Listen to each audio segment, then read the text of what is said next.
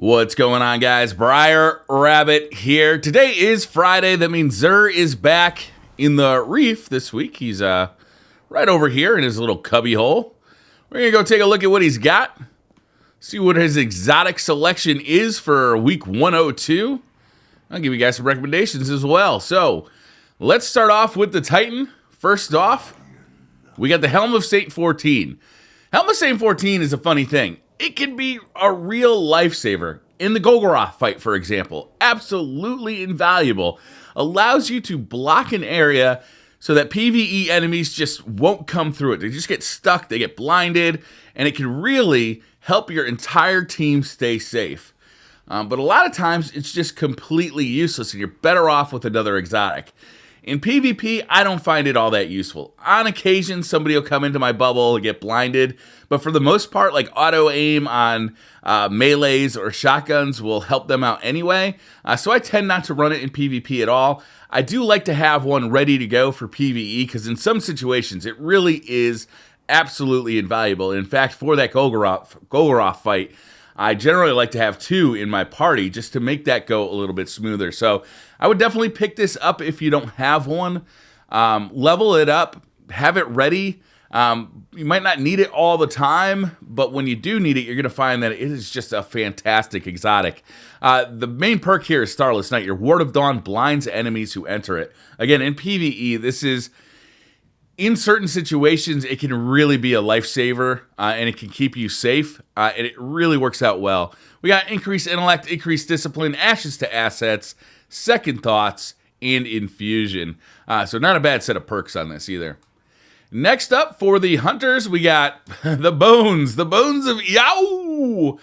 This one gives you, not bound by law, upgrade double jump with an additional jump. So if you got triple jump on, you get 4 jumps. If you've got increased control on, you can speed around the map like nobody's business.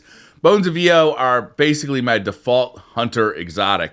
Unless I'm really going for a specific build, something very different, I'm running the Bones of Eo because they're fun. They're fun for PvE, they're fun for PvP. They can get you out of a lot of dangerous situations in PvP. And they make jumping puzzles a ton easier in raids and PvE. They're my default. Like I said before, if you don't have these yet, get them. You're going to love them. They just make the hunter more fun to use. We got increased intellect, increased discipline, fusion rifle ammo, rocket launcher ammo, arc double down. I actually have a couple of these. I have them rolled with sniper on both, and then I have different subclasses selected over here. I really like the Bones of Eo, though. I might get a third because I don't have one for my Hunter Void setup, and I might go ahead and do that. Next up for the Warlock, we got the Void Fang Vestments. These are primarily going to be a PvP exotic. The main perk here is Hungering Void. Spawn with full grenade energy, and your Axion Bolt grenade spawns an additional Seeker. In PvP, we all know that Axion Bolts can be absolutely deadly. They're also highly strategic. If you got a guy hiding behind a corner, you want to fish him out of that corner, you can pop one of these, pop a Axion Bolt grenade, and it's going to start chasing them. Get your enemies on their heels, and then you can go in or you can retreat to get your health back. These things are great. The fact that it not only gives you full grenade energy when you spawn, but also gives you another Axion Bolt. I mean, that's phenomenal. It's really great. A lot of people run this almost primarily on their Void Warlock, so I highly recommend getting these. It's a very good exotic for PvP. For PvE, I don't find that it's a whole very useful. There's better PvE exotics for the Warlock, but in PvP, this thing is phenomenal. It's got increased intellect, increased discipline, pulse rifle ammo, fusion rifle ammo, solar burn defense, and void armor. So not a bad setup. I might be looking for some different types of ammo here, but still not too bad. Next, our weapon of the week is the Invective. I love the Invective. It's a really fun gun.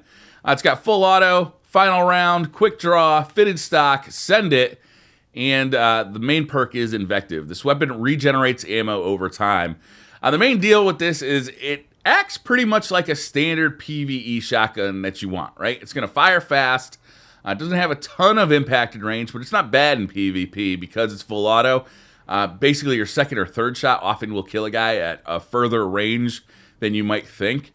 It's not bad in PvP. I think it gets outclassed by the really high impact, really high range shotguns like the Party Crasher or the Conspiracy Theory D. The advantage those have over this is that they're more likely to get a kill on the first shot, whereas this is more likely to get a kill on the second or third shot, which means you're going to run out of ammo faster, it means you're going to be reloading more often, and you're going to lose one-on-ones sometimes to a really well-rolled Conspiracy Theory D or Party Crasher. That being said, it is a really fun weapon to run in PvP. It's probably not your best choice. In PvE, it's really fun as well. Again, probably not your best choice. If Solar Burn is a thing, it can do a lot of damage real quick, but then again, so can the Solar Sword. This weapon, I think, has been, in PvE, overshadowed a little bit by the Solar Sword, which is just capable of doing more damage faster. This weapon is fun to use and has kind of become like a fun-to-use exotic. There's very few situations where I think, oh yeah, Invective is the clear choice here. But it's fun to use, and I really like it. I really like full auto shotguns in PvE. I think it's really fun to do it because you can burn down, yellow health bar enemies very, very quickly. Unfortunately, the magazine size of 4 does hold it back a little bit, but final round does help a bit with that. So I would recommend getting this, understanding that it's probably not going to be your go-to shotgun or go-to exotic. It's more of a collector's piece at this point or a fun gun. Next up, the Legacy Engram is a helmet engram. So if you're looking for a year 1 exotic helmet, I don't know if any of these have not been brought forward to year 2 yet. But if you're looking for one, you can go ahead and buy one of these for 29 strange coins. For curios, we've got Plasma Drive, we've got Emerald Coil. If you want to change your blue rare Sparrow into a legendary and change the color of its contrail, this will do that for you. We got heavy ammo, definitely start stocking up on these to upgrade your factions quicker after Rise of Iron launches. We got 3 of coins, glass needles, and of course Motes of Light. Not a bad week, not a great week. At this point, feels like every week we're just kind of waiting for new exotics to come out. So that's going to do it for this video, guys. Thank you very much for watching. Hit that like button if you like. Who are you? Hey, suppy. Hello. All right, guys. Thank you very much for watching. Hit that like button if you like the video. Hit subscribe if you're new to the channel. And I will see you guys next time.